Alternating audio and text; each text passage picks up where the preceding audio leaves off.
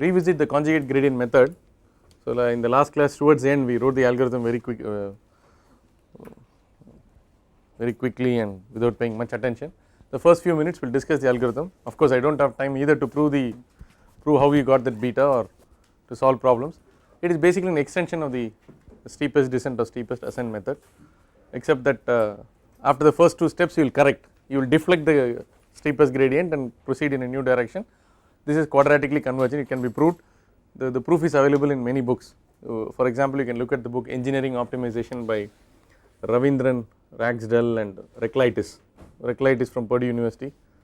He is one of the stalwarts in optimization. He has worked out a lot of algorithms. That book is pretty good.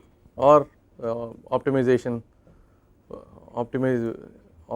engineering design by Kalyanmoy Deb, Prentice Hall, that is available. That is a reasonably good book, right? Or optimization techniques by S.S. Rao.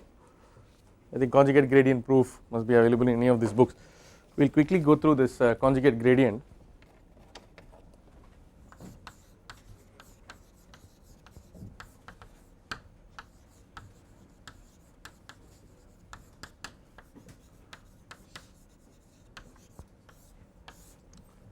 So it is basically a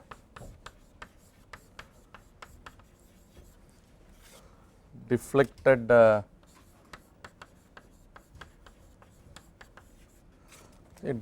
gradient method.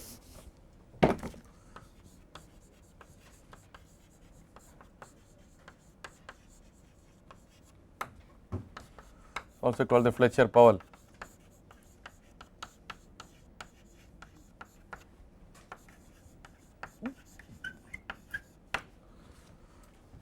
So there is somebody called Davidson, not Davidson, who made some improvements to this, which is called Davidson-Fletcher-Powell DFP method, which is state of the art for many of the problems, and there is no need that your objective function must be quadratic. It is very rarely do you encounter quadratic function, but what these people have done is they have shown that the algorithm can work for non-quadratic functions also, right. So the DFP method is pretty powerful, you can write papers out of that. Now when I discuss this, we said that the first few steps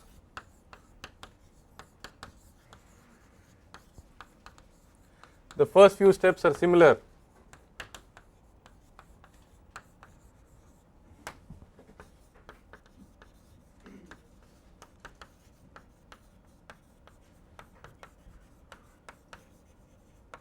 steepest descent or steepest ascent depending upon whether you are looking at a maximization or a minimization problem. Then so you get x1 from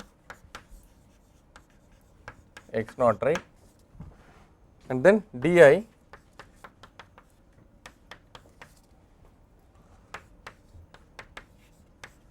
it should be I minus 1 on the right hand side, okay. That is the correction you have to make, right. Maybe I wrote it as di, right, does not make sense, it has to be di minus 1. So where beta I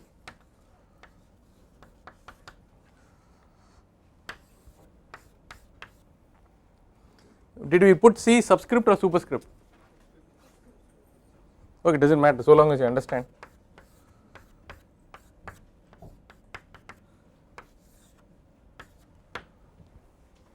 Okay.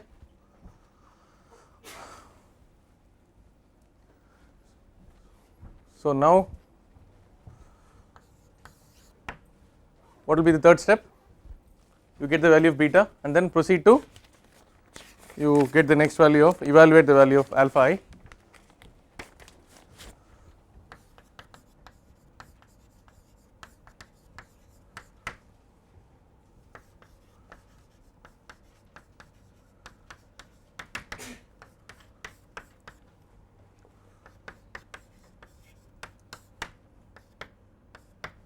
Or since we started with 1 and 0, we can call this as alpha 1,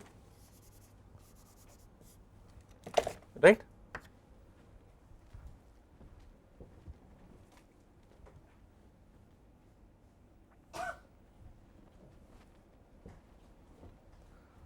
So the key point is d1 is not equal to minus del y, okay. C is equal to del y or minus del y? C is del y, D equal to minus C. Therefore, originally in the steepest descent or steepest ascent method, this D was minus del y, but now this D is the modified D. How was it modified? You add the D to the beta I into beta I is the deflection parameter. How does it get deflected? Depending on the del y at the current iteration divided by the del y at the previous iteration. Are you getting the point? That is it. So, it seems very logical, it can be proved. It requires 15-20 minutes, I do not have time. If somebody wants, I can take the proof and put it on Moodle. Okay, let me see if I have time, I will put it. There is some, I created something for this course, right? I will try to post it on that, right? So, this can be proved. So, this is actually where deflection takes place here.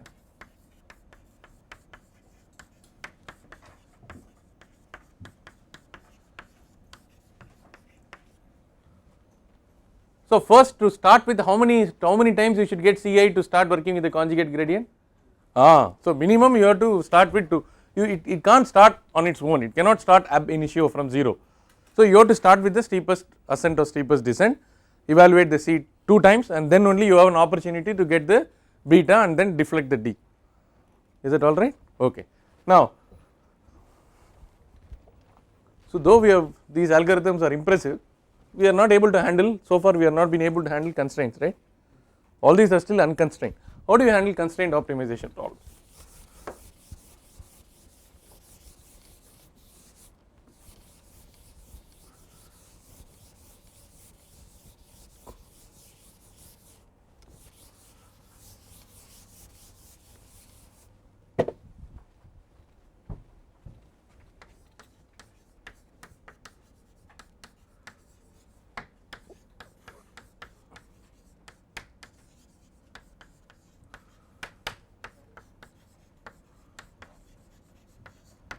So needless to say, we are having a multivariable constraint optimization, right? So minimize,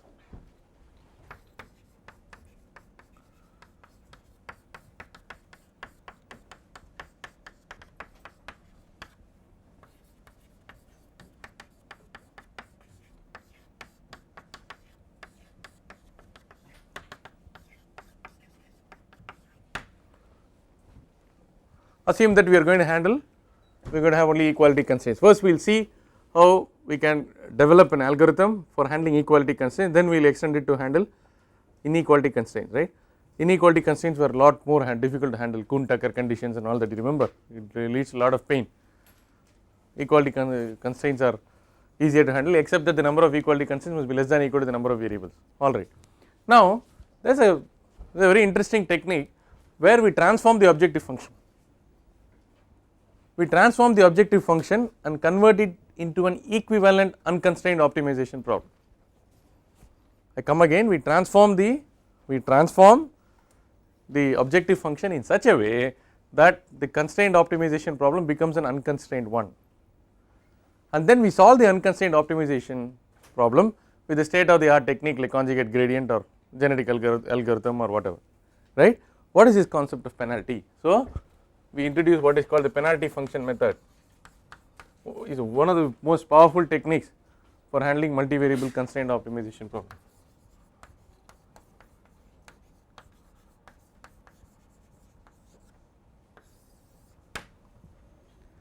Suppose I want to handle this problem, but I want to use a conjugate gradient or a steepest ascent, then I will have to transform my objective function plus constraints into an equivalent unconstrained optimization problem.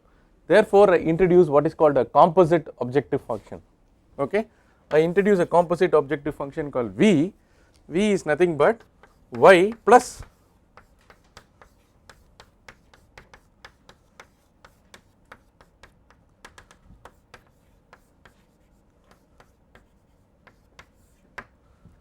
P1 to Pm are scalars.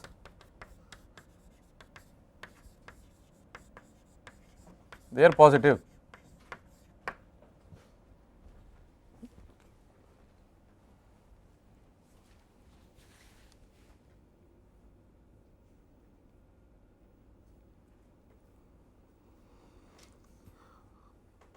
Okay. What is the funda here? Each of these constraints is expected to be 0 because it is an equality constraint. If each of these phi's takes on a value which is different from 0, I square it. Therefore, whether it deviates from the left side of 0, right side of 0, this phi square will always be positive. If you multiply by a positive quantity, p1 phi1 squared, p2 phi2 square, all these things will be positive quantities. These are all added to the original cost because I am talking about a minimization problem.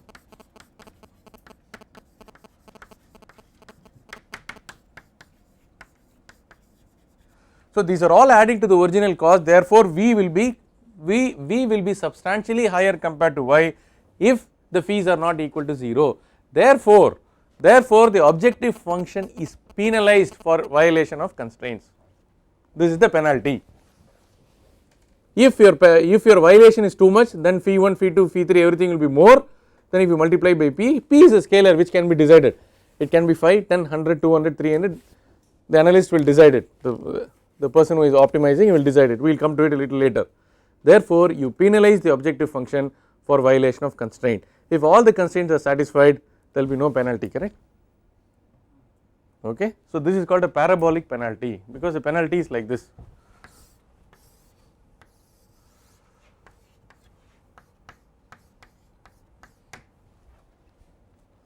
Okay.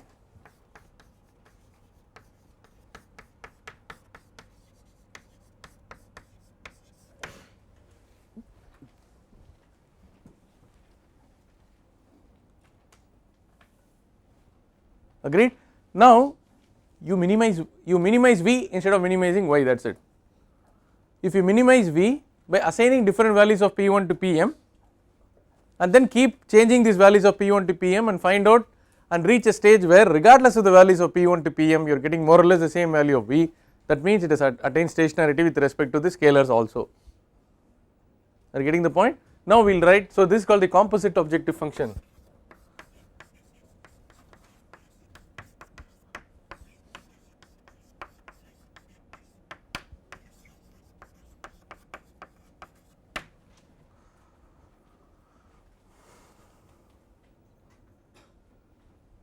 For a maximization problem,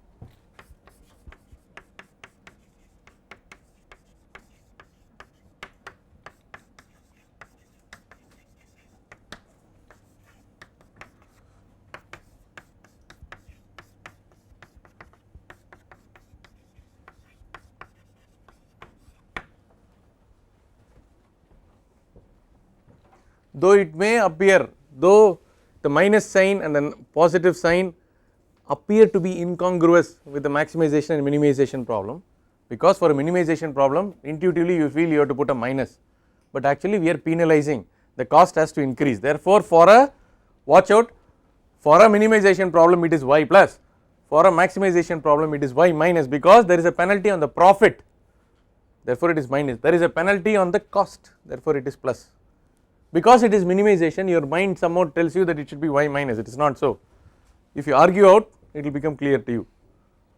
Upon first glance it seems incongruous, it seems that we have made a mistake, it is not so. Are you getting the point? Did I confuse or did I clarify? Okay, fine. So there are other penalty parameters which are available, penalty functions which are available for handling inequality constraints. We can have an inequality, for example psi of x must be greater than 0, suppose there is a constraint like that, right, for inequality constraints. No, we are not going to solve problems with inequality constraint, okay, inequality constraints.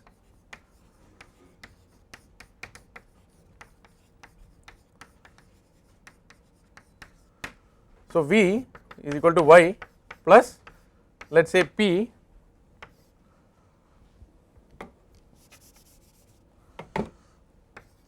sigma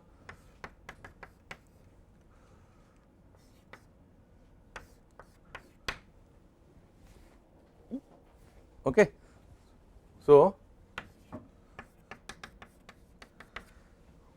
no, J is a part of R, where R is a set of violated constraints, for example, okay.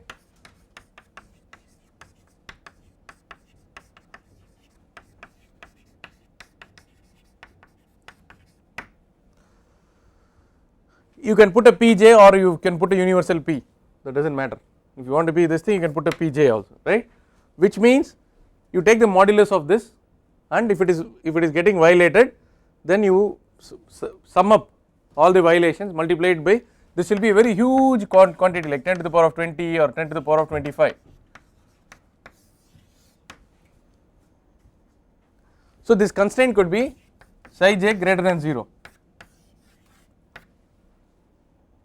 Okay. So if it is like this, the penalty p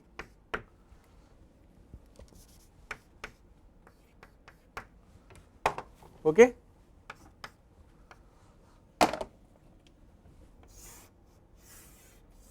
the penalty will go like this, the penalty will be 0 here, when it becomes negative it will be 10 to the power of 20 or 10 to the power of 25. So the penalty will be selectively applied, it will always look at the value of psi, whenever it becomes negative it will be applied, it will be added to the cost. So this is called an infinite barrier penalty.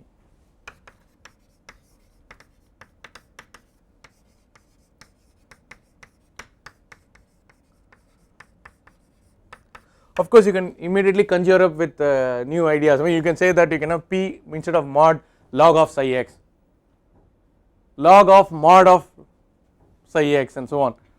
You can come up with your own, so your imagination is the limit, you can come up with, so you can come up with your own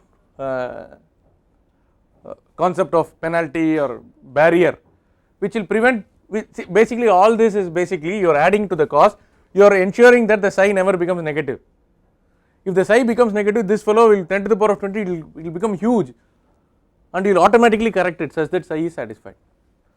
Are you getting the point, right? There we have 1 p for each phi, right? Yeah, so here we have only 1 p is no, because I am giving a very huge value of, okay, if you do not like it you can take the pj inside, I do not have any objection, but generally it is very high. What you are saying is alright, fine. So but this could be, so this represents a set of violated constraints, you ensure that it is not violated. Instead of checking each time whether it is violated or not, you put it as a part of the objective function and then set up an infinite barrier penalty so that it is not violated. Okay. Now who tells us the value of p, how do we choose the value, without, already we do not know many things, we do not know what are the values of x1 to xn which optimize. Now we made the problem more complicated, we introduced additional scalars like p1 2, for each of these constraints there may be a Lagrangian multiplier also. Is the solution worse than the problem? Find a solution which will give p equal to 0. What is that? So even for small violations of phi, the penalty will be very huge. Yeah, that is the intention. That is the intention in the case of an inequality, because we it is non-negotiable, we do not want it to go less than this. Okay, some pressure limit or temperature limit, that is why it is an infinite barrier is set. Here if it is an equality constraint is also used, in fact your CFD software they use this penalty function method. For example, there is a penalty on not satisfying the continuity equation. How does your fluent work? Dou e by dou x plus dou v by dou y equal to 0. Dou e by dou x plus dou v by dou y equal to 0 is the 2-dimensional equation, continuity equation for incompressible flow. This will never be equal to 0. So you set the limit and then dou u by dou x plus dou v by dou y, set it as phi, and this phi whole square multiplied by p. So this formulation is routinely applied in the Petrov-Galerkin finite element formulation for solving Navier-Stokes equation. So the continuity equation itself is used to introduce the concept of by way of introducing penalty or putting a penalty or assigning a penalty to the continuity equation. CFD, so you can develop your CFD algorithm. Okay. Now who will tell me the value of p? Now p very high means we give lot of respect to the constraint. So it will be very slow convergence, too much importance.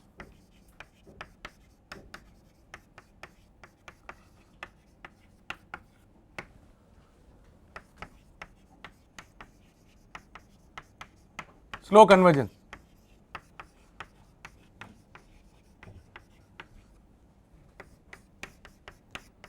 This is fast convergence.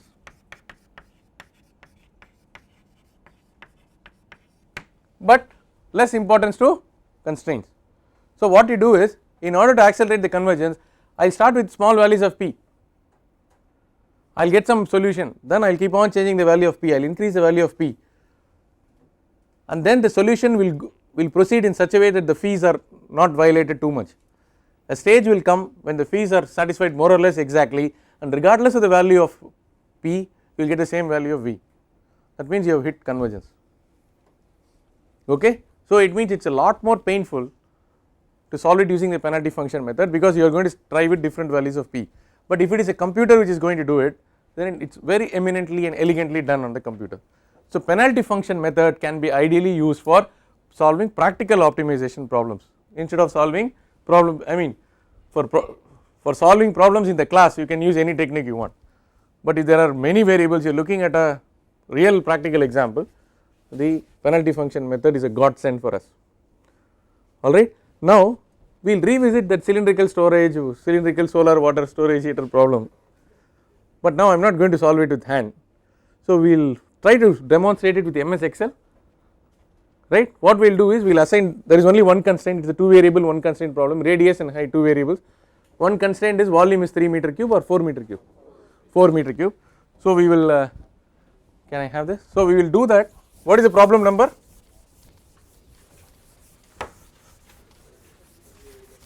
$37 or $38?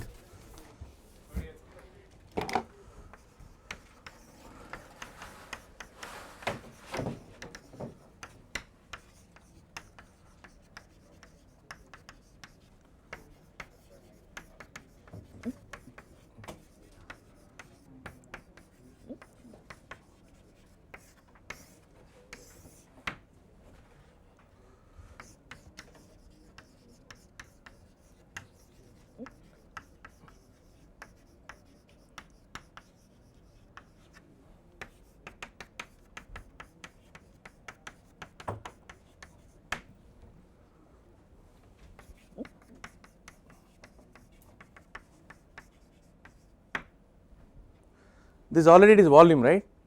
So I will not use V, I will use Y.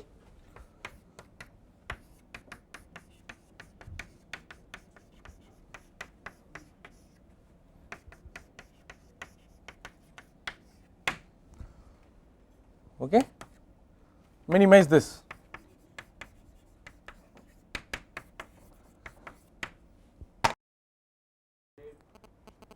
I want a volunteer now. You will come on NPTEL, man. Who is you? Huh? Or you will be volunteered.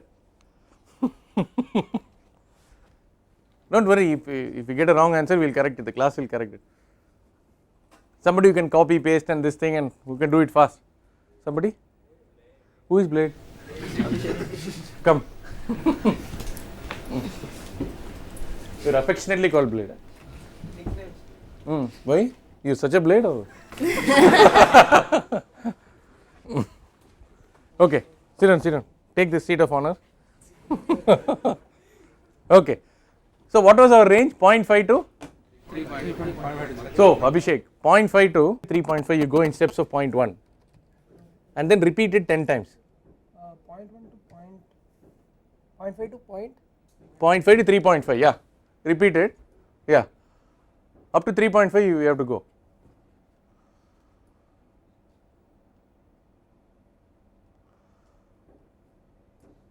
Very good. Okay, now copy paste this another 8 or 9 times, because this is, you can write it as R, A1 you write it as R. We are trying to search out the solution, right. You know what I am doing, I am just putting various values of R and H. Third column we will put P equal to 1, fourth column we will put P equal to 5, fifth column we will put P equal to 20, and we look at Y, and in 10 minutes quickly we can R. Second one is H. No, now the problem is, for each value of R you should get each value of, how will you do that? For each value of R, R for R of 0.5, yeah. I want H varying from 0.5 to 3.5 or, okay. So, how do you do that? Put transpose.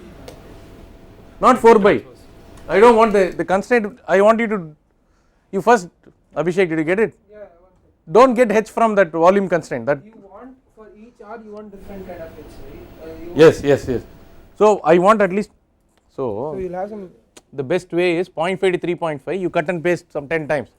Right side you vary it from 0.1 to 0.1, 0.2. Is there any other way of doing it?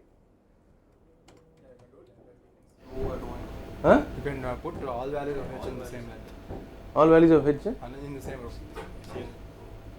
No, instead of 0.5, 0.1, 0.2. Yeah, you go ahead. You want h, you want h from what to what? Huh? Same You want value. h from? H is also 0.5 to 3.5, right? 0.5 to 3.5.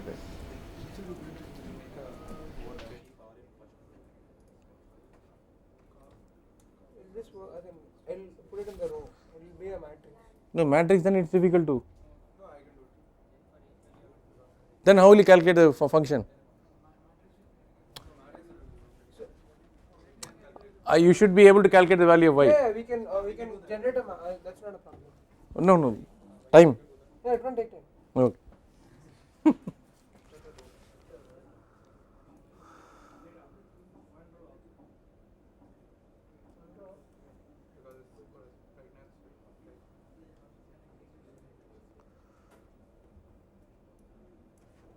Okay, you got it now?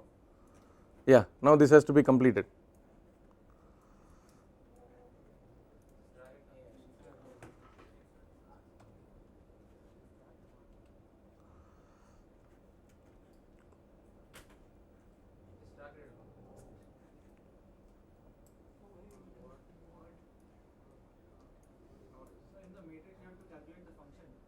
Hmm.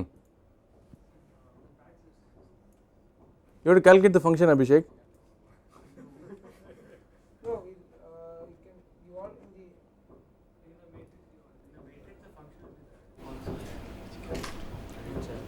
in In the matrix the function will be there. Then how will you search for the? So you want for each value of this, you take one value, right? I want you to do this now. 6.28 a1 square plus 6.28 a1 into whatever plus p equal to 1 first. Huh? How do you do C1 D1? How will you do that? This into included column here. And then I think Okay, do it. Let's see. Equal to 6.28 times a2 square.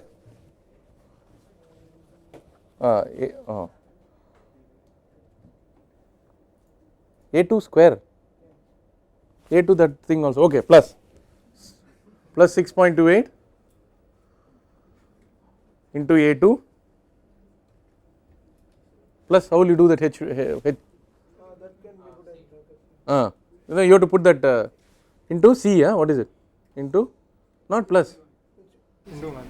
Into h. No, he didn't do that. H. C2 into C H is there. Late.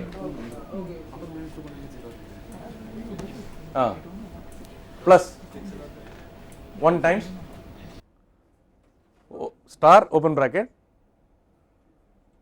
3.14 into star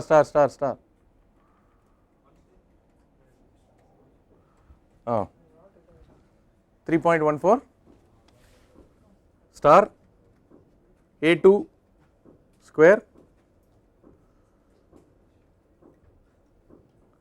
then you have to put brackets, it will work,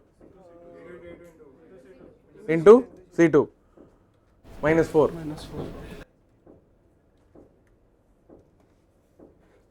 Minus into square finally into hang on last term here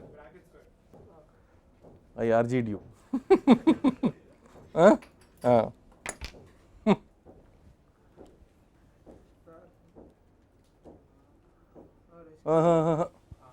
P into square of P into square.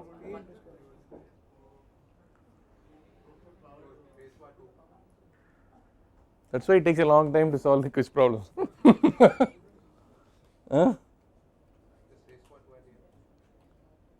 Yeah, raised to the power. Capital No, that race is there, man. This one. Carrot. Yeah. Yeah. Now? Yeah, now how do you find the minimum or maximum? No, you are copying it in all the columns, is it? Yeah, I just insert.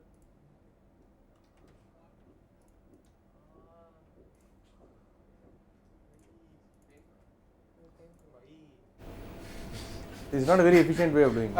Dude, only 1 second. Dude, run away.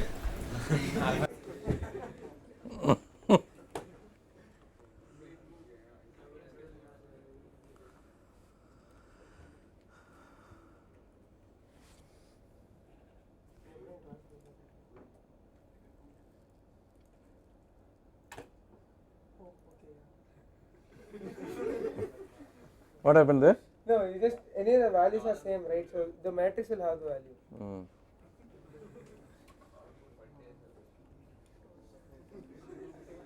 B$1 is correct? Yes, sir.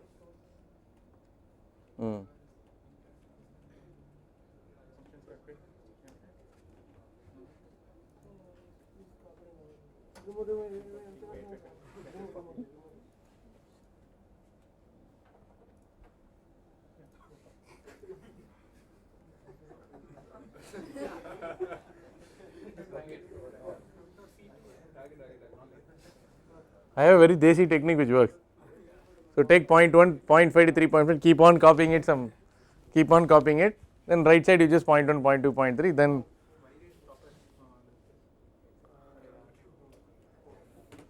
Put control shift right. Take it to the end directly. No, I think there might be some reason. No, it will come. Cool. it's coming now.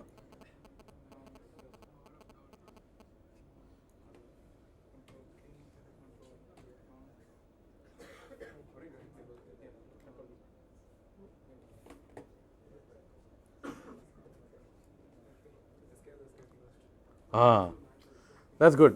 Yeah, now you can. Now tell me where is the minimum? Huh? You can show close up. Minimum. Huh? Equal to MIN. Now highlight all those values. I think it's a matrix operation.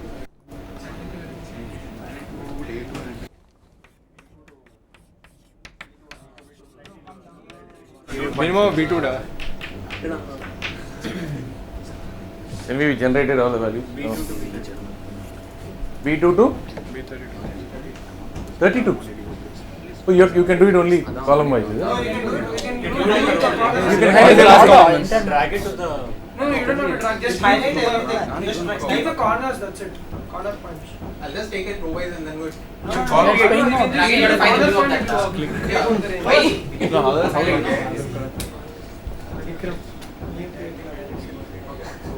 No, backspace everything. No, that's fine. That's fine. Just put the check the last column. Let's check the last one. L32. No. AF32, huh?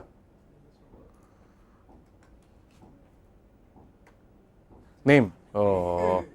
That's with the No, it's starting with 12.46. 12. Where? Is the minimum. Where is it? Control. 12.46. How is it possible? What is the solution to the problem? Huh? What? Huh? That's not possible, I think. It is truncate, right? It won't come. Copy that file.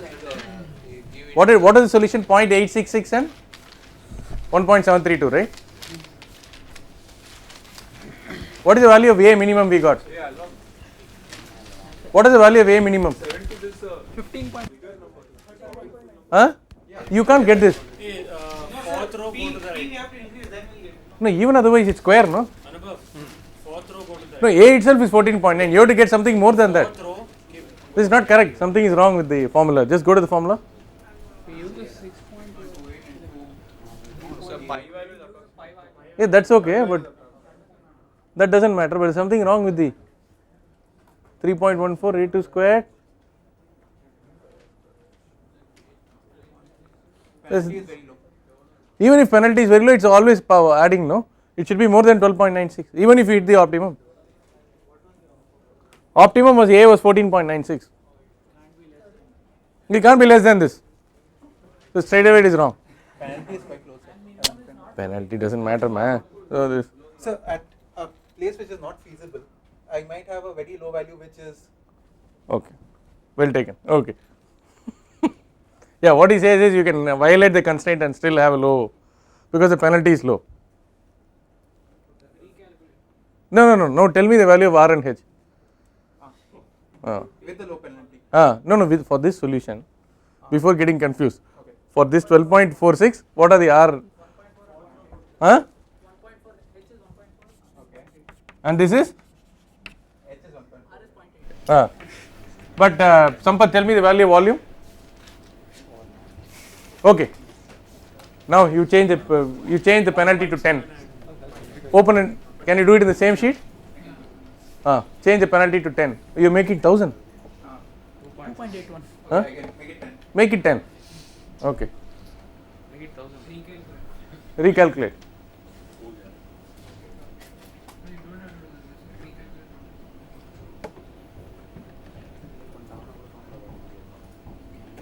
What is the value of the volume?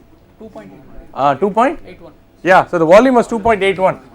See, the penalty is, the funda is the penalty is so low that you are deliberately choosing smaller values of R and H, but the volume constraint is not satisfied. This tank will not hold 4000 liters. Then you can get a lower surface area, right? AF 13.89. Okay, so now this is, what is the value of R and H?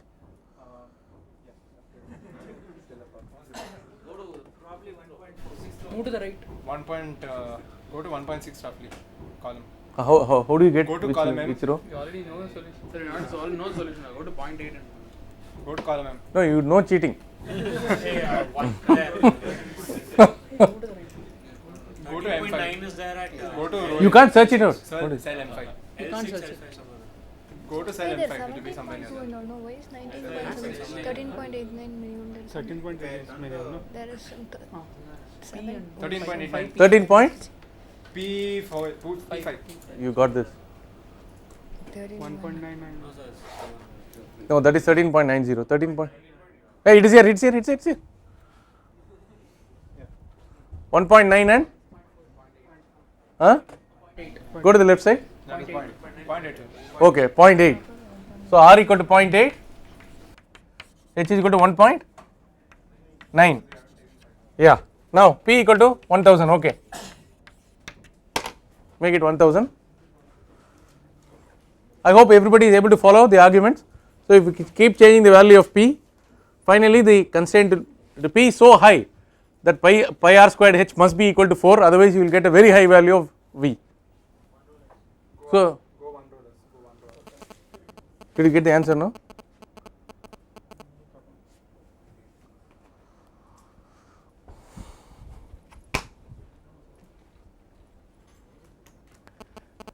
So penalty function is very difficult, obviously it is very difficult for me to ask in the exam, you require a computer.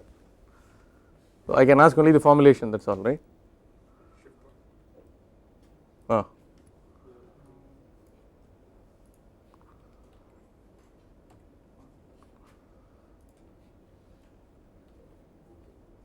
Min off.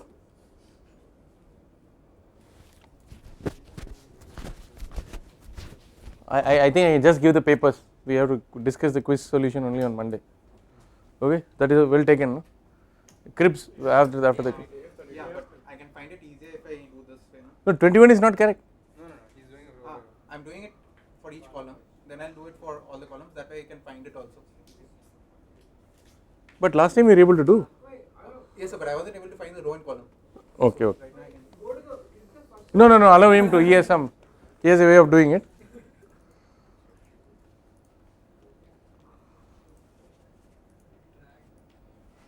That's good. So you will find out the. You will take the minimum of the row now. Not bad.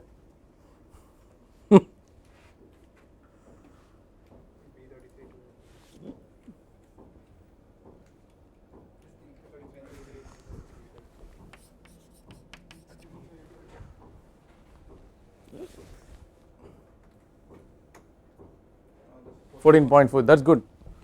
R equal to, it will stay at 0.8 because we did not use that 0.86. H is 1.7. Yeah, 14.4 comes in this thing, and That's 1.9. yeah, 2 and 0.8. 2, huh?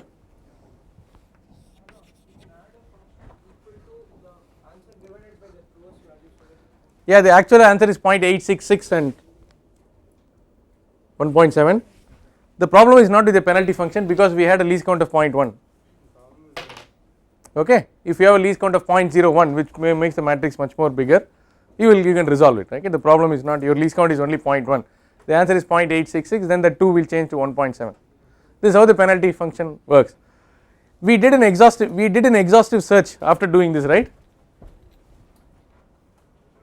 You can do efficient searches, you can do much more efficient searches, or you can solve it as a Lagrange multiplier using the Lagrange multiplier method at each and every iteration, that is for each value of p, and get the solution. Okay, thank you. You want to do anything more or that's fine? Okay, fine. So this is how the penalty function method works. So it is pretty impressive. So now finally we have come to a stage where we can handle multivariable constraint optimization problems. Not only equality constraints, inequality constraints can also be handled using infinite barrier penalty. So with that we are more or less come to an end to conventional optimization techniques. Okay, there are other techniques like dynamic programming, linear programming, which are used basically by management people, operations research people, and so on. In the next class we will look at the graphical method of linear programming and the dynamic programming, and then the last 4 or 5 classes we will just devote to unconventional non-traditional optimization techniques. 2 hours we will look at genetic algorithm. I will give a heat transfer example so that you get an idea of what genetic algorithm is all about. I will teach you simulated annealing, yet another powerful technique, and if time permits we will do neural network or Bayesian inference and so on.